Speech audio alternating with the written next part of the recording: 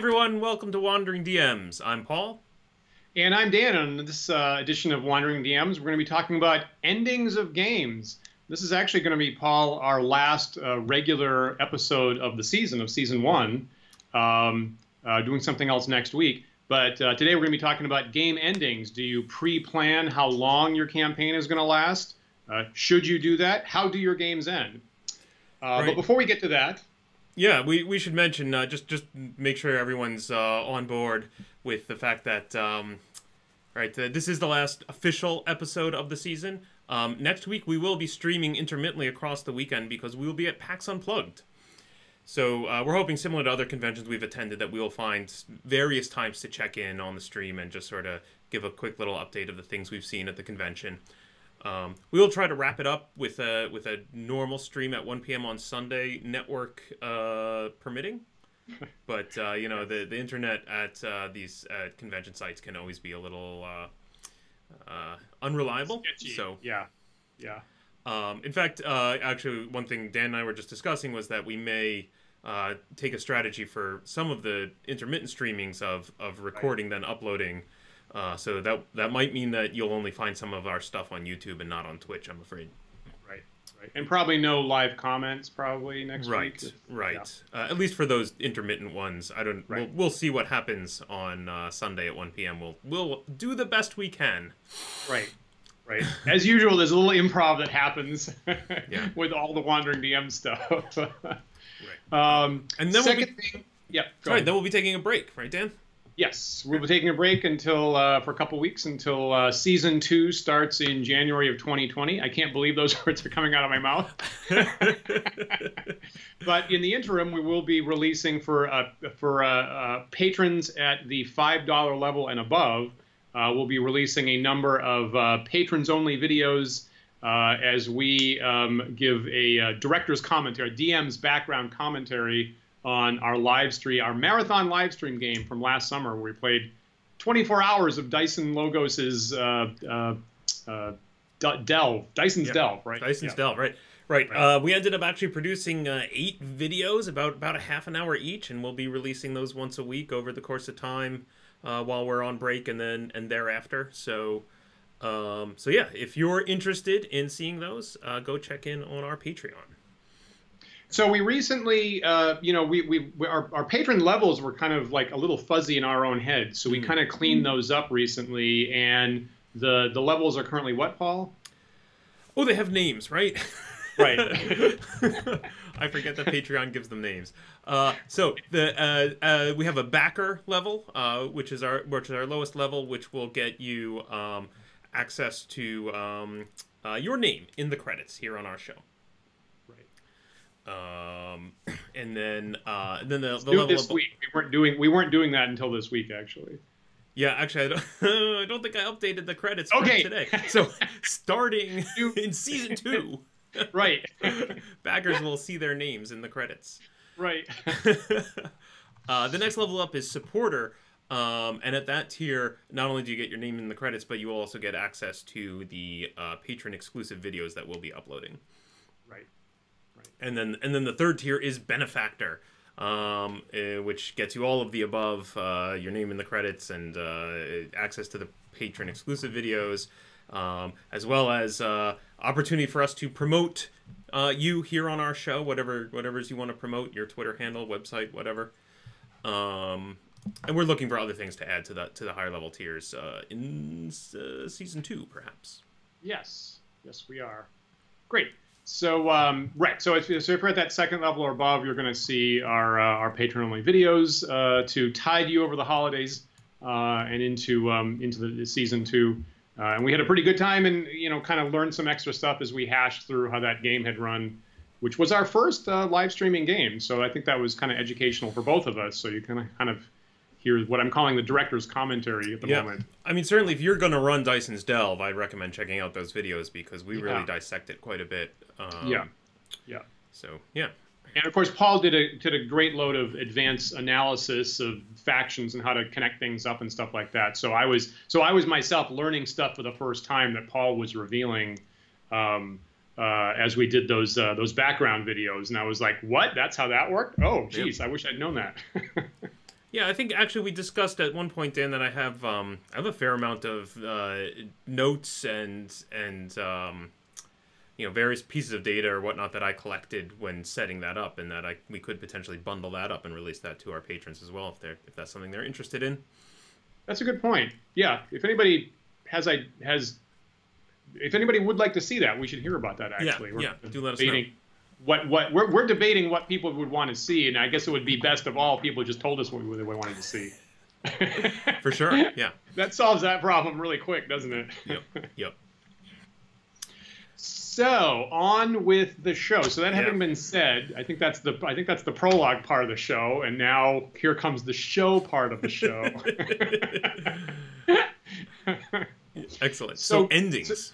Ending. So so a couple weeks ago, Paul brought this up as a topic of how do you end a game, and I was like, that's a thing people think about, and I was like, oh no. Well, it's funny. It dovetails well, I think, into our first episode, which is in What is Old School, and one of my favorite definitions of old school, or at least definitions of what is an old school module, was provided by the guys who do Fear of a Black Dragon, right? Where they started trying to identify or categorize what goes into an old school module and what doesn't. And one of the things they agreed on very strongly was that there are no endings in old school modules. That they're generally all beginning, maybe a little middle, and then it's up to the players to figure out what to do, and who knows how the game might end.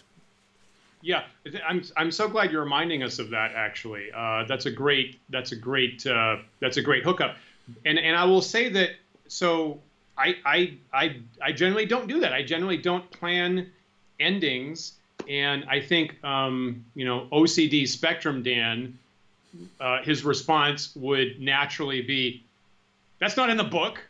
The rule book doesn't say anything about pre-planning endings or when the campaign comes to a close or anything like that. D&D just goes on and on and on forever. That's what it says." Yeah. Well, does it say that, or does it just not comment at all? It just doesn't comment at all, I would say.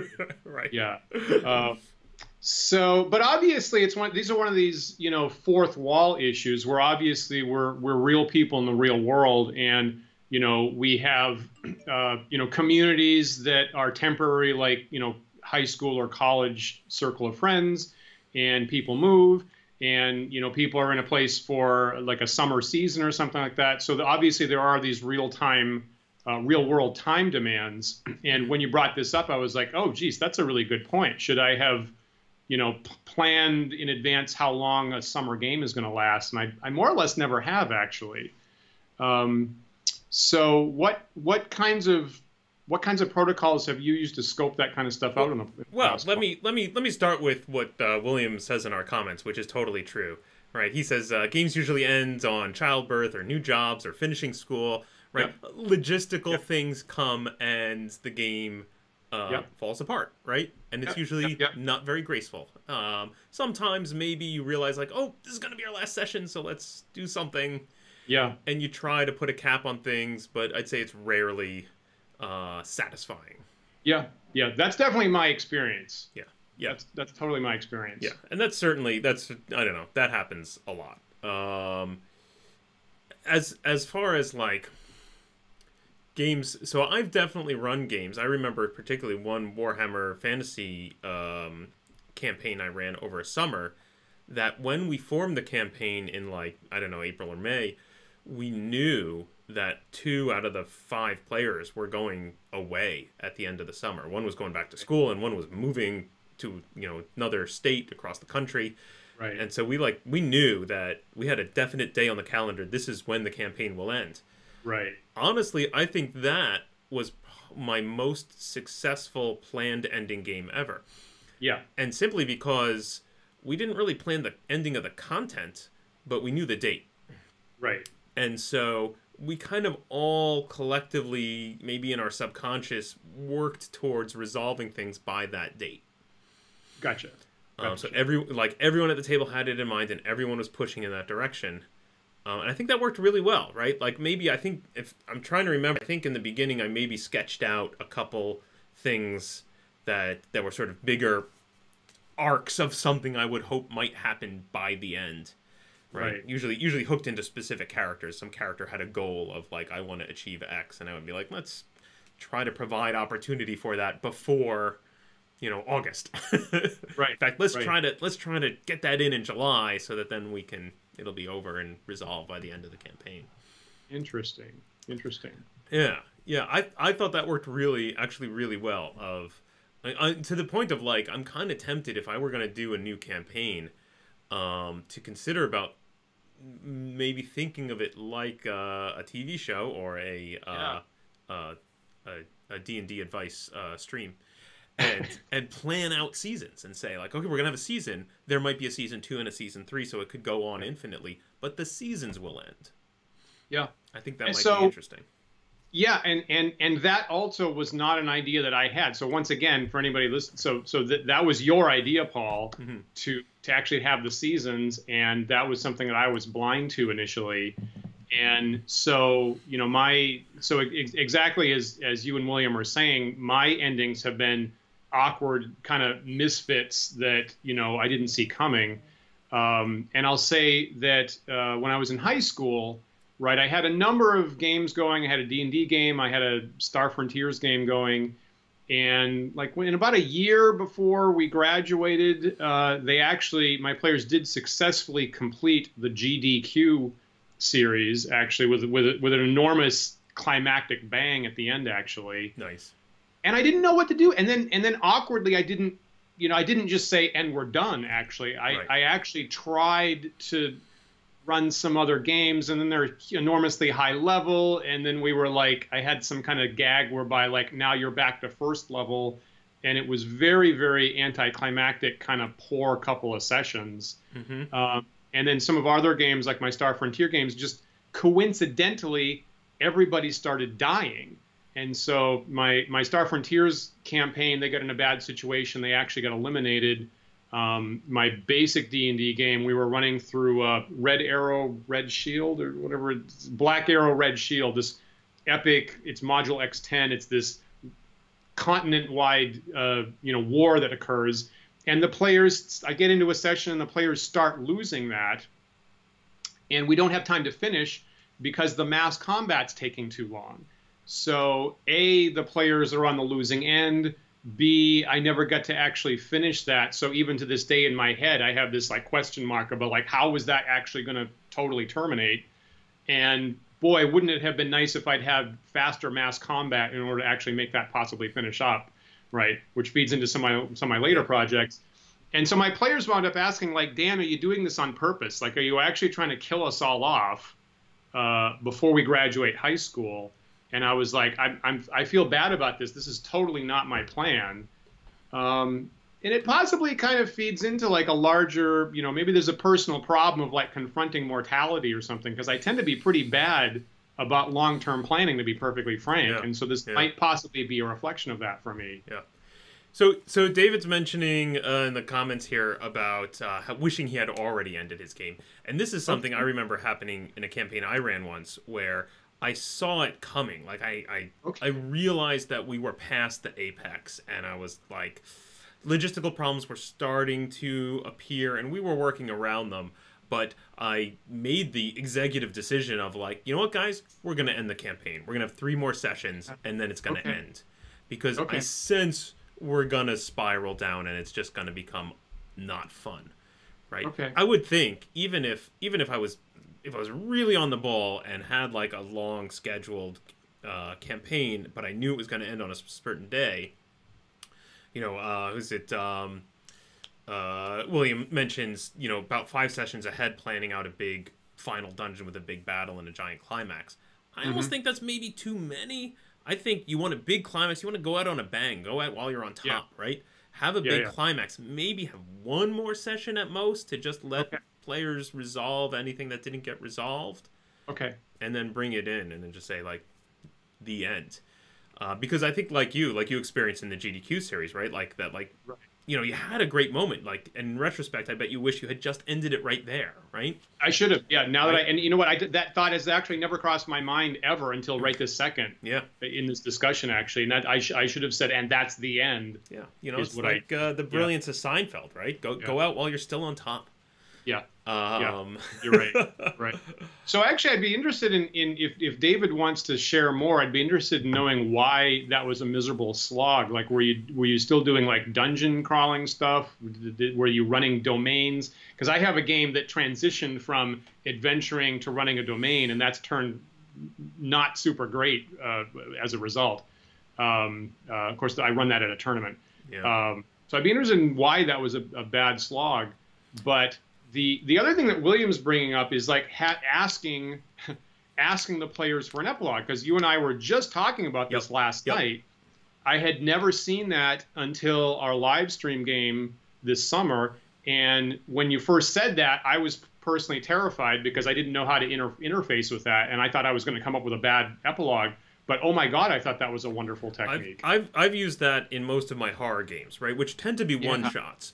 But usually what happens in the arc of that game is like things start to rapidly unravel and go really badly for everyone, right? Yeah. Players start to die or go insane. And there's a point where you're like, we could keep playing, but it's just going to become more chaotic and more difficult, and players aren't going to realize like it's time to end, right? We are done. So usually fairly soon after a big climax scene, you know, I will get the game to that sort of ending point, and I'll ask the players to just go around the table, and I'll just say, the game is now over. We're gonna go around the table, and everyone gets, you know, a minute or two to just narrate for us the end for their character. What happens to your character after this? And a lot of players really like that. And the nice thing is, like, as DM, it's impossible for me to really know what it is that every player precisely is looking for out of the game, right? Like, hopefully I'm plugged into it, but I may be missing something. And one of the examples was our live play game where I don't think I quite pushed the envelope enough for Lauren's quest to unseat the captain of the guard and take down the Baron. But that was clearly important to her, and so when her turn came around to narrate her ending, she talked about that. And I you know, I improvised with her a little bit, and I gave her a little, oh yeah, and this happens, right? Yeah. And we came up with like very satisfying ending for her character. Very much so. Very much so. Yeah. If you haven't, and if someone hasn't seen that, that is if you go to our YouTube Wandering DMs channel and you look at the Paul's birthday game, the very last episode, obviously, the very last 10 minutes, you'll see that. And of course, it feeds into everything that had been happening before that. But it was the first time I had seen that, and I thought it was like a really wonderful technique. And what you just said here is so on point about checking in with the players of what actually was important for them.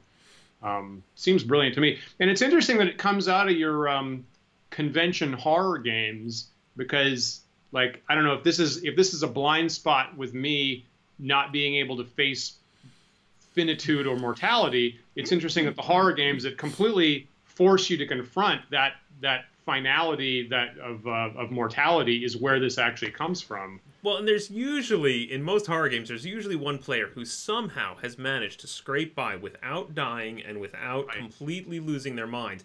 And the funny thing is, almost every player will always narrate the same ending for this character, which is specifically that they go out into the world, find the authorities, tell them their story, and everyone assumes they're insane and locks them up.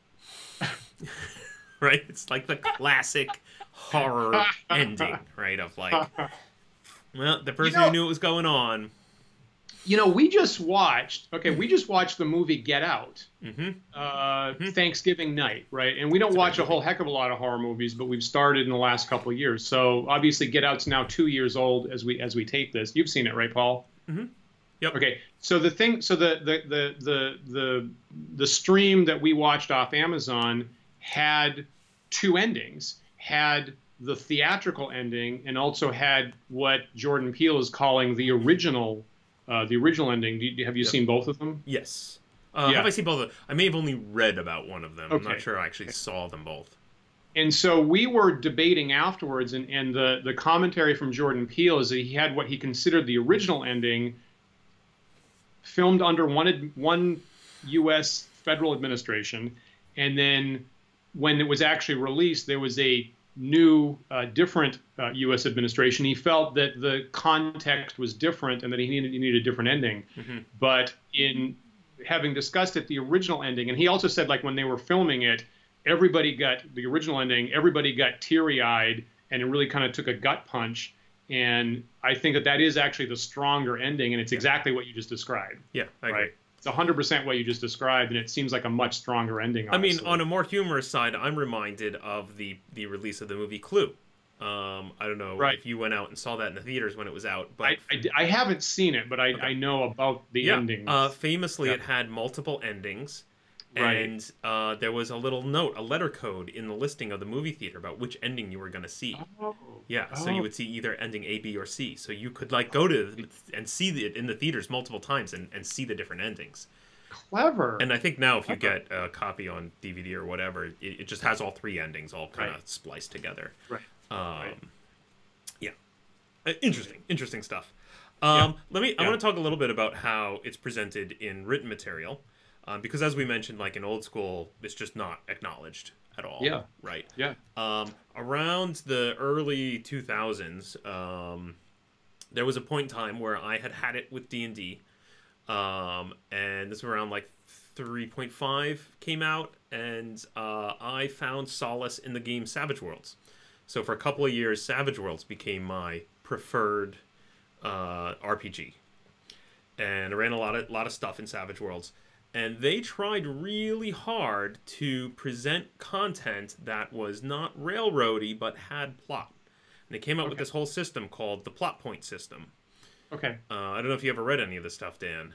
I probably, like in 10 minutes, I probably breezed through those books. The notion was that they had written an overarching plot for a campaign. And they gave it to you in little slices called plot points. It was just like a little adventure that would take a couple of sessions maybe. And it usually had prerequisites. The character must be of this level, and they must have achieved X, Y, and Z for you to run this. And then the notion was that you would run your campaign, and you would let your players do whatever the hell they wanted, and then you would insert the plot points when applicable. But in between the plot points, you would just run other stuff, right? You would make stuff up, or they also wrote what they called Savage Tales, which were meant to be filler to go in between. But the idea was that, like, it's a railroad, but not a railroad. I don't know how successful it was, but it's very interesting that they did, they tried to, like, come up with this method of having an ending, right? Like, there's an ending. There's definitely, the final plot point is an ending to the campaign. And when you read that final plot point, typically you'll go, oh, well, it has been a railroad all along. I see that. I'm not sure that they were 100% successful in that sort of like making it feel player driven while still writing a pre-thought out plot. But it was pretty interesting. It's interesting. So, it's funny because there's this big, again, it's D&D module X10, Red Arrow Black Shield, which is at the time the most epic D&D, adventure that I'd seen written. And so the whole, at that point, D&D world just erupts into basically a world war, basically, run by the master evil. I guess he's just called the Master now I think about it, from the, running the endless legions of desert nomads. And it's interesting because it actually ties in like all the prior D&D modules, actually. So it's sort of, it's actually sort of like Marvel Endgame-y, is that there's a reference to every single other D&D module up until that time of like, if you adventured in this place, then you have this ally that's going to help you get more allies in this point, right? And then if you go to this location, and you need the king's help, the king is going to actually send you, if you haven't run module X8, the king's going to send you on the quest, and you have to run the entirety of module X8 and then come back to our adventure once you're done with that, right? And so it actually possibly synthesizes all the other D&D modules into like a mega campaign. And obviously at the end of it, you've got to have a personal beatdown with the master, however that happens to work out. And I didn't actually get to that point, so I don't know how well that plays or not. Yeah. So I ran some of the plot points back then, and the problem I had is that anytime I kind of loosened the reins and let the players do what they want, well, A, they had a great time, they loved it, like that's when the game got good. But B, then I would be looking and being like, how am I going to shoehorn in this piece, right? Like it'd be constantly like, how am I supposed to do this? And I think that's the problem ultimately with like written material that presupposes an ending, is that there's no way really to present that to the players in a way that's going to make it feel like it came out organically and based on their decisions. Right. So I think pre-written plot with a pre-written ending is always going to feel forced. Right. So I think that's a mistake. That going in that direction of ending, like planning an ending in that in a content is a mistake. And I think that the best thing to do really is to just plan a time, a real calendar time ending, because then and just be public about it. Tell all your players about it. I mean, obviously you would have to, because otherwise they're going to show up at your house and you're going to be like, right. It's over. Right? Did you get? But just did you get the implication? If from the beginning it's percolating in everyone's head, I feel like the whole table's going to be working together to get that conclusive feeling at the end. Yeah. Yeah. Okay. And I want to just bring it back to a comment that William made, which I really thought was pretty clever. About we were talking about like giving everybody the chance to give an epilogue, and then he says he then uses that epilogue to build the next campaign. Oh, geez. With the same that's players. Nice. And I'm like, that's nice. Great, right? There's my season idea right there, right? Like that's how you do. Yeah. Okay, great. Season 1 ends. Everyone gets a moment of epilogue. Now I'm gonna take that in. Maybe I'm gonna take a couple of weeks off. Maybe we all get a break. Probably a good idea anyway if you're roughly like a calendar year per season, because the holidays come and everyone vamooses anyway. Yep. Take a couple weeks, internalize it, build the next campaign. Yeah. Make new characters, right? Maybe the next generation, or maybe one of the characters sticks around and is an old man now, or I don't know what. Something to be cool. Yeah, that's actually great. The other thing is David's answered my question actually about his sloggy end game. So he's playing 5th edition, and the combats are possibly hard to pace, and maybe you're only getting like 2 long encounters per session. Yeah, I can see that. I would be super aggravated about that. That's interesting. I haven't played 5th edition at that level actually. So I mean, I guess I could have believed that they'd solved that problem supposedly. Yeah, we were having this discussion actually at my my regular campaign. We're about level 9 now. Right. And the action economy, I think, is tough to deal with. There's a lot that every player can do. And it's one person pointed out that, like, the very fact that they allow you to split up moves makes it way worse. Okay. Because you get an action, you get a bonus action, right? There's 2 things you can do on your turn. Yeah. Possibly other stuff gives you something else you can do. And you have a movement, and you can split up your movement in whatever little bits and bobs you want. So you can move a little, do your bonus action, move a little more, do your regular action, move some more. Oh. And so that just explodes out the possibilities, right? That seems like a really bad idea. Yeah. All within like one particular player's sequence, or can they mix it past, like do something before player A and then after player A? No, it's within one player's turn. Okay. When you take your turn, you can do all these things. Yeah. But it's a lot. It's a lot. And it gets worse at higher levels, right? Because inflation of abilities, right? Yep. Higher levels, you have more things, you have more options, so you're spending more time trying to, what should I do? Plus, maybe you can actually do a little more. Like, oh, well, I have all these, I have more key points. My monk can do more stuff. I can see when you start going down that track how easy it is to fall in that trap design-wise. But the interesting thing is, sorry, I didn't mean to cut you off. But what David's complaining about actually sounds a little similar to me to your problem with your OD&D game, where you've gotten high level and the players are getting slogged down in stuff that's nothing to do with their abilities. That's just domain control. Correct. It feels like the same problem. Yeah, well, I agree. So this is this is apparently this is arguably an ever-present problem of, does D&D work at high levels, right? Mm-hmm. And so, I mean, I guess you could talk about the domain thing, and have there actually ever been legitimate rules for that in reality, or was that just aspirational? And also, when you actually are in a combat with 12th, 15th, 18th level, does the magic does just the first person to cast a spell just win automatically? Maybe that's a problem. So I felt that, so I've got an image here, and on the one hand, this is sort of a bit of a tangent.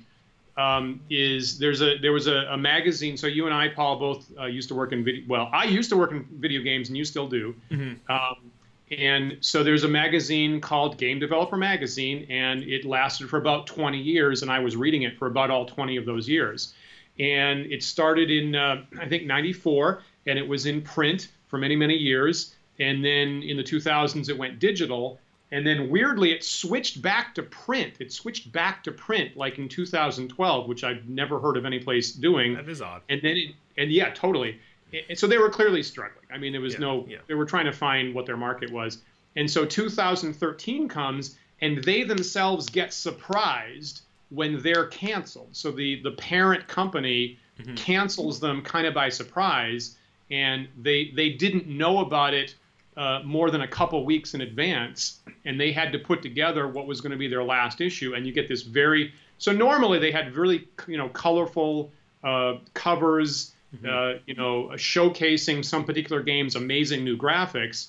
And so for this, you get their black album of just this stark, black game over. And I remember when I pulled it out of the wrapper when I got it here at home, I was like, oh shit, right? And so we can probably take the image off. See that. So I love that issue. I love that issue to death. And it's available for free on the gamasutra.com site. And I'll plan to put an URL on the video on YouTube after we're done with this. And so you get this, like, just within a week or two, the editor had to go, well, this is the last issue. Here's my last editorial, and now I'm reflecting on everything we've done for the last 20 years. And they were famous for their post-mortems, right? So every month they'd have someone who worked on a famous game talk about 5 things that went well and 5 things that went poorly in this game development process. So in this particular article, they do a post-mortem of Game Developer Magazine itself, right? And 5 things we've done well in the last 20 years and 5 things we've done poorly. And then there's this article, which I think is my favorite article of all time, and it's by Justin Vanderberg, who was a director at Ubisoft at the time, called In the End, Tell the Truth. And so his point was that so among his points were that the observation that only 10 or 20% maybe of game players ever get to the end of a video game is the observation. Yeah, honestly, I could probably list maybe 3 video games I've played to the very, very end. Yep. And he says, don't consider that a weakness. That's part of our hobby. This is not like a movie, right? People are going to move on to other games. And there are games that I've even enjoyed a whole lot, but I still haven't played through the hard ending or something like that. As a result, the end of a video game is not going to have the same amount of production, attention, or QA or testing, because the producers know this. The producers want a really nice, polished start to suck players in. And the ending we're not going to spend quite so much time on. And as a result, as a game designer, you have the most flexibility at the end to give a statement or a theme that maybe you weren't allowed to until this point because maybe no one's looking at it. And I feel like this is a lot like D&D. Is like, there's plenty of play testing for level 1, 2, 3, and there's never been enough time to really super well play test level 12 or 15 or 20. So I think that's the exact same barrel that we're in all the time. And so Jason's point there was, he says, I'm gonna give here's my one piece of advice as a game designer designing the end of your game. Tell the fucking truth, is what he says. And so whatever your personal deeply felt belief is or what this game was about, here's your opportunity to deliver it and maybe like get it through the censors, the production staff or something like that. And he lists off a couple of famous games that have like famous, like, insane, just blow the top off ending. And one is the classic Metroid. So I guess the 1986 Metroid has and I didn't play that, but I know what happens at the end, and so apparently it's kind of famous in certain circles for this amazing ending that happens that you didn't expect up until that point. So I like that article a lot, and I would recommend that anybody read that because that has stuck with me real hard for the better part of a decade now since I read it. So I'll put an URL for that, and I think people should read that article by Vanderberg. Awesome. So maybe in D&D terms, like maybe you need to tailor the high level ending play to just something that's totally customized at your table, not in the book. and something that just you own. Because we have all, for years and years, found that the ending of D&D kind of starts to get sketchy. Yeah. I think that's wise, right? Yeah. Put it all on the table, right? Like it's sort of like it's like the whole problem of having characters with weird secrets in their backgrounds, right? Like it's not satisfying unless the secrets come out. So make sure they come out, right? Put everything out there. I would totally do that. And then, and I think you can get your players on board with that, right? Like tell them like we know we're going to end on this date or this level, right? Like maybe rather than having a specific date, you could just say like, you know what? Level 10 is the end of the game. You win D&D if you reach level 10. Yeah, and that's dangerous too, right? I mean, we all have we've all seen media properties that had secrets, and when the reveal wasn't as good as we'd imagined, right? Yeah. And yet, maybe I think it is probably a good idea to take up that dangerous quest of make up some kind of reveal, and if it isn't as satisfying as you'd imagined, you still ought to queue up and make the attempt. Yeah. I mean, here's an interesting thing. Like another analogy I would draw is television, right? So like as long as we're relating our art medium to others, I think D&D is maybe more like television than say a movie because it's episodic, right? Because we don't know when it's going to end. Right. Absolutely. And then recently I've been catching up on and basically binging Orange is the New Black. Okay, great. Okay, it's great. Good show. Yeah. And I'm up to about season 5, and I'm realizing that like many shows, I don't think the later seasons are as good as the earlier ones. Right. And part of that is I feel like we've gone off the rails somewhere, right? Like a lot of the interesting problems introduced in the early seasons have just been forgotten and replaced with new problems, right? Rather than having a resolution to a problem to an issue introduced early on, just new issues have come up. Interesting. And I don't know what's going on. Now, compare that, say, to, I would say most television shows, like I'm picking on Orange is the New Black, but I'm sure like most television shows you watch have that cycle where like the first couple seasons are really strong and this starts to get a little weird, and eventually you're like, what happened to this show? Right. Conversely, like look at a show like, say, Breaking Bad. Yeah. Right? That show was strong and amazing to the end. And no, I don't totally know the backstory of Breaking Bad, but I believe they maybe knew when the ending was going to... They knew how many seasons they had, possibly? Yeah. I think that, and I will say that, so not knowing one way or the other whether that's true for Breaking Bad, it's clearly more common nowadays. That was not a thing that seemed like it was even possible for anybody to pre-plan 20 or 30 years ago. Shows would just go on until you've driven them into the ground and they're horrible. That's how shows ended. And there was this, I think there was this long running like Hollywood idiom of like, only the last sequel loses money. We're just gonna keep making sequels until one loses money, and then we're done. And then we're done. There you go. Right. And so I think we are kind of in this golden age of television that it's even possible for some of the platforms, possibly HBO, possibly Netflix, to do these. How long is your story?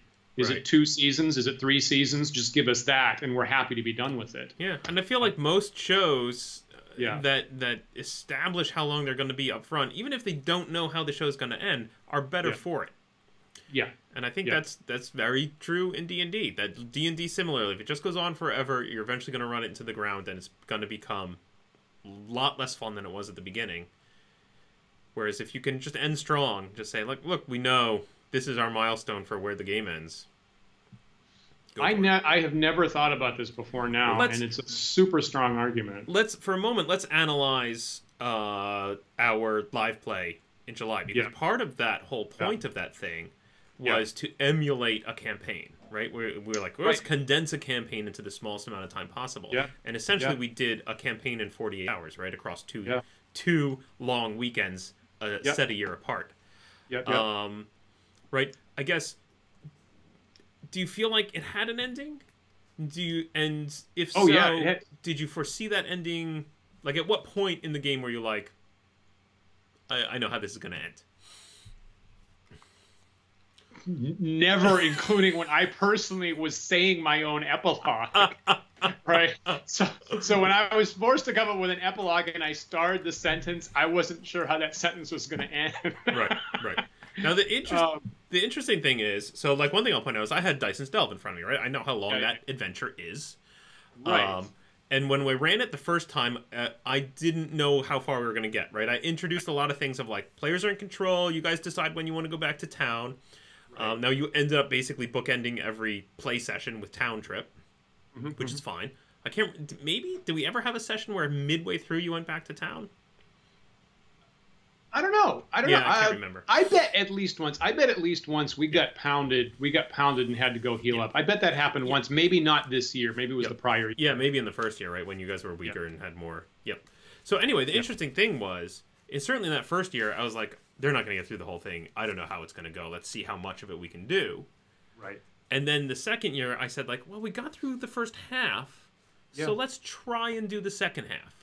Yeah. And even then, I was commenting in our Patreon exclusive video about how, like, I think by Saturday afternoon you were already at the bottom level, and I was like, we still have all of Saturday night and possibly some of Sunday to play, and I thought we're gonna run out, and I'm gonna have to add more to the end, and that didn't happen.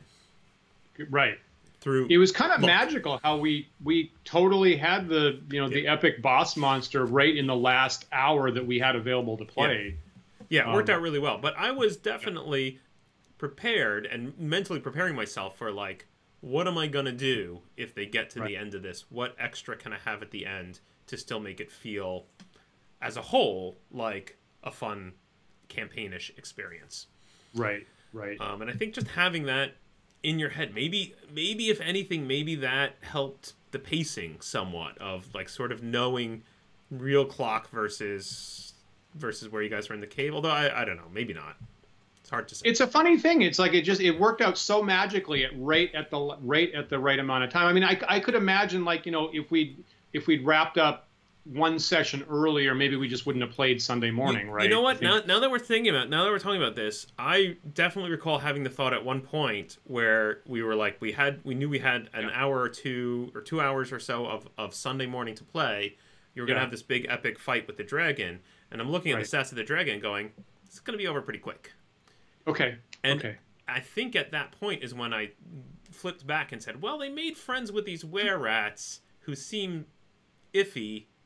I'm going to have them betray them, and we're going to have one more thing at the end, past the dragon. That was an amazing flip, and I guess if you see the Patreon videos, you'll see me talking about a particular thing that was happening over and over again the last 3 sessions or so. And that was a great flip between the thing that we expected that was the dragon, and then slap us with one more surprise at the end that we didn't expect, that was our former allies, the Ratmen. Yeah, and I think that fun climax comes as a result of having your eye on the clock and knowing, right, how much is left to go, and trying to find that, like, okay, how can I wrap this up in a... I don't know, I feel like it's a bit of a skill one develops just running convention games, right? Often when I'm running convention games, I'm constantly looking at the clock and going like, all right, well, there's an hour left. Yeah. They've only made it through half the adventure. Yeah. Let me figure out how I can give them some kind of ending here. Well, I mean, and you're a little bit better than I am at that. You're at least a little bit better than I am at that, because I had an embarrassing moment last HelgaCon where I went over time embarrassingly. So I'm still working to get where you are on that. You're very, very good at that. You know, the funny thing is too, I find it impacting my writing now, where when I'm writing stuff, I'm looking at possibly even including notes in the written module of what could you cut, right? What could you here's how you could, add or remove stuff. In fact, I'm thinking about this. I'm going to go back to an early comment from David. Thank you for saying this, David. Yes, asked, near the end, can Paul please update us on his first adventure on DM's Guild? Sure. Thanks for reminding us. Yeah. Always happy to plug my DM's Guild adventure. It's called R.A. Salvatore Presents the Vile Crypt of the Reawakened Sisterhood. It's available in DM's Guild now. I am still very actively promoting it. I will be running some games of it at PAX Unplugged and at TotalCon. I'm looking for other conventions to run it, and that's an interesting problem because the adventure was written for campaign play. My group took 3 or 4. And I'll point out, it was written originally in original D&D terms, and the publication has been converted to 5th edition, just to be clear. Correct. Though, admittedly, I never ran the original edition version. Okay. Never got play tested. Okay. And then I changed it some amount. Certainly Okay. added a bunch of stuff and converted in the conversion to 5th edition. Right. So I then ran it for my group, and we play for about 4 hours on a Sunday, and it took them 3 or 4 sessions to play it. So I'm billing this as like a 10 to 12 hour. You know, I can't remember if it was 3 or 4 of our Sunday sessions, and we have dinner in as part of that. So I'm billing it as about a 10 to 12 hour experience. What the heck do I run in a 4-hour standard convention slot? I actually had someone on Twitter ask me if it could fit 2 hours. And right. My first reaction was, oh, no way. And then, of course, my design brain kicked in. I go, how could I make this fit in 2 Yeah. hours? This is great. Yeah. And I bet you could. I bet you could. So maybe I'll have some blog posts coming out where I'll dig into some details of how you can cut out an excerpt of this game to fit in a convention. Because I'm certainly thinking about that problem and trying to do it as part of promoting the adventure. Right. So I hope that covered what you were hoping for, David. Yeah, it's going. It's you know, the lesson I think of publishing on DM's Guild is no one ever sold anything by putting it up for sale and walking away, right? So it's a lesson learned hard in video games, and it's totally applicable for D&D publications. Once you've put your thing up for sale, then begins the work of getting out there and selling it. And I've had a lot of great advice from a lot of folks. There's some very supportive folks on Twitter and on Facebook. And one of the best pieces of advice is run it. You know, get out there and go to conventions and run it. So that's what I'm doing. Right. So look for you're gonna have it with you at PAX Unplugged next week at least, right? Yep, absolutely. So try for that, and you've got it scheduled for TotalCon in the spring. So you can look for that, and you can see how Paul Test runs his games, and he's one of the finest DMs I've ever personally seen in action. So if you can get in one of his games, I give the highest recommendation for it. Well, thanks so much, Dan. And then once in a while, you might possibly have me as the adversary. Yes. And I think I do a pretty good bad guy. and definitely bring your A game if you see Dan on the other side of the other side of the table rolling dice. Dan, you run some games at conventions, right? Are you bringing anything to PAX Unplugged to run? I haven't. Let me go. Remember when I said that I'm bad at planning long term? Yep. I haven't actually planned that far ahead, even though that starts on Thursdays. So I'll run through my stuff. I'll try to grab something. I really don't know right now. Like we've said, I mean, this is the first time we're going to PAX Unplugged. Yeah. So and it seems like a kind of different convention than what we're used to. So I think for me, if I just find out what's going on at the show itself is my primary goal at the moment. Yeah, I always try not to stress the first time I'm going to a new convention. I sort of recognize that it's an exploratory procedure, and really it's the point is to learn so that I can do it, really enjoy it the second year. Right. So, yeah, but I'm certainly coming prepared with stuff to run. Hopefully, I'll get a chance to run some things. Right. Maybe I'll bring the original version of the. That'd be amazing. Run it your game in order, in case OD&D. anybody any old grognards there that want to play it in that form. Yeah, I'd be curious how that goes, especially given my admission just now that it's never been playtested. Well, but I think about this a lot because I'm so slow to, get my stuff out, right? And because I want it to be right. Yep. And, I had friends that were in a band that would just take forever to keep remastering their album, and it never got released as a result. And so sometimes I debate with myself about first mover advantage and, should you just get it out beforehand? So, I mean, that's legitimate. Many people work that way. And, I give large props to people that do get their stuff out and then get feedback from it and, have revised editions later on. I mean, that makes for a really, really strong product.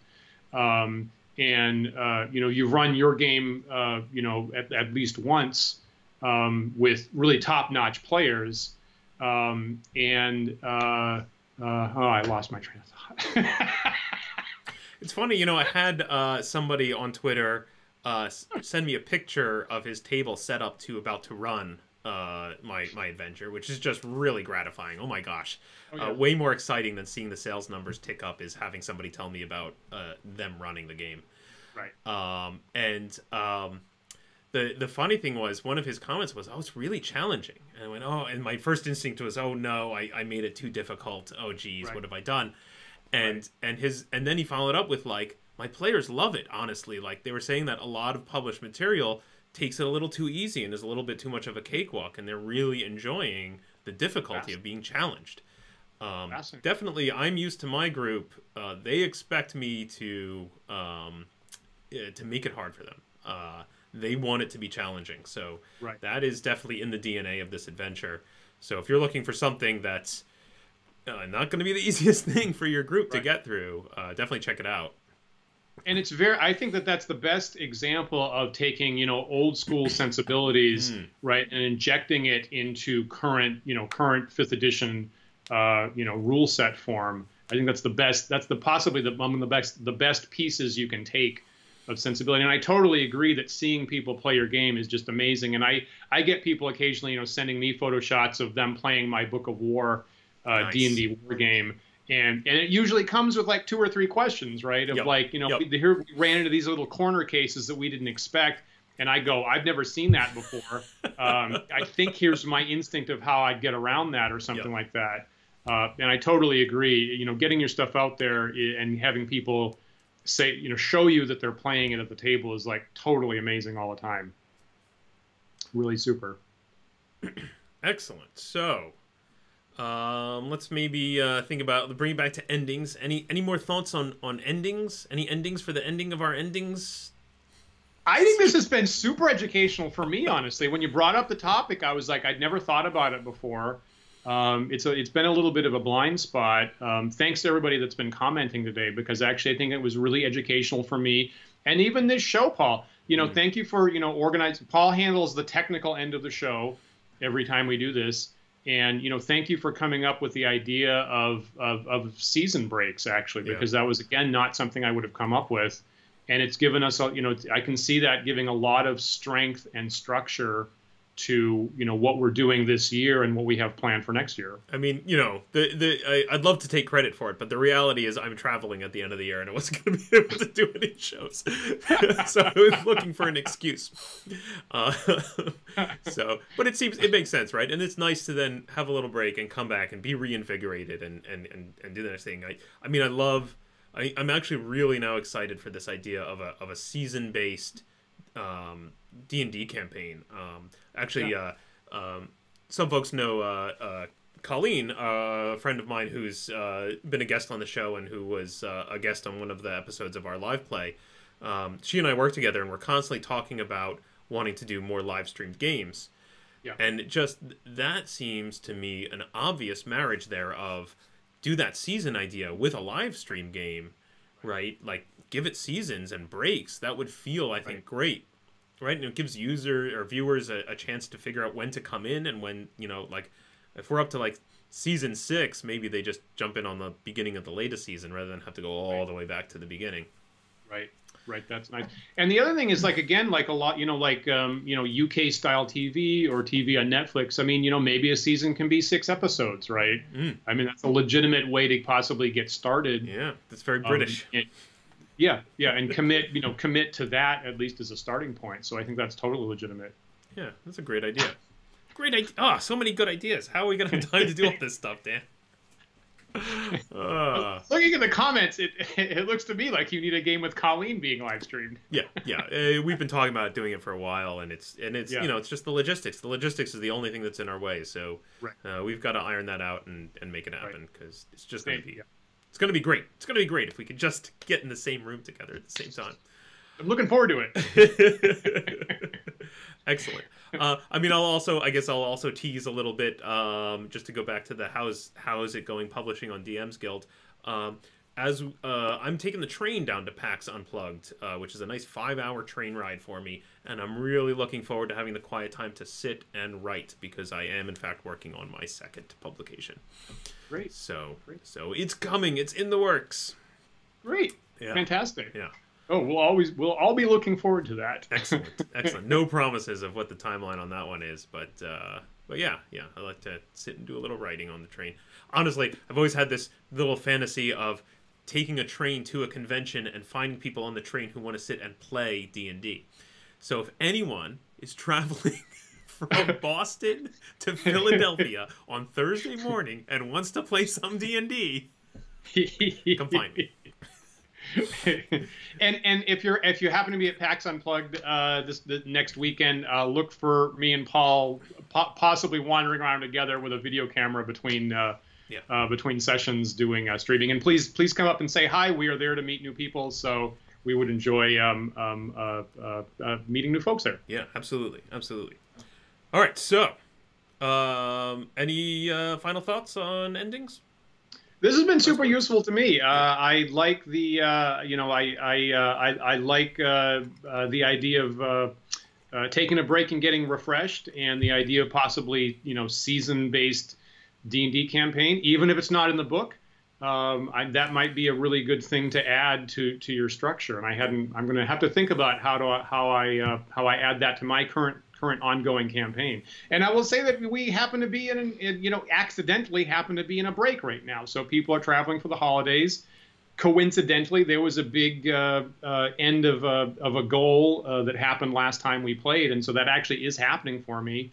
But it was kind of an accident, and maybe I should make those happy accidents happen more in the future. Yeah, definitely. Awesome. Yeah. If you have any thoughts about how to end a campaign or how to plan for endings, please leave us some comments here in the video. We'd love to hear from you. If you have any other thoughts about other topics you'd love to see us discuss in Season 2 of Wandering DMs, please let us know. We'd love to hear from you. Absolutely. And just to recap what we said at the start, this was our last regular session for this season. We'll be at PAX Unplugged next weekend. We'll be off for a couple weeks after that. We'll have our special patrons-only videos going up in the meantime. We will be back with a regular episode for Season 2 in 2020, is our plan. Where am I on the outro script? We'll also, maybe in Season 2, plan our outros better so that they go a little more smoothly. Please remember that you can like and you can follow and you can subscribe to us on Twitter and Twitch and YouTube at the handle Wandering DMs on all those sites. Our shows are available in audio-only podcast format from all of your favorite podcast distributors, as well as our own website, which is at wanderingdms.com. If you're listening to this show on iTunes or Google Podcasts or any such distributor, please take a moment to rate and review us. We really appreciate it. We totally do. And once again, we appreciate our patrons on patreon.com so much. We did not expect that at the start of the year. It's been so much support to be able to do stuff that we didn't expect. If you would like to join them, please join them at patreon.com/wanderingdms. And do remember, when we come back next year, we'll be live Sundays at 1 p.m. Eastern Time. Look for us next weekend from PAX Unplugged. And we'll join you in the future for more thought-provoking discussion. We'll see you then.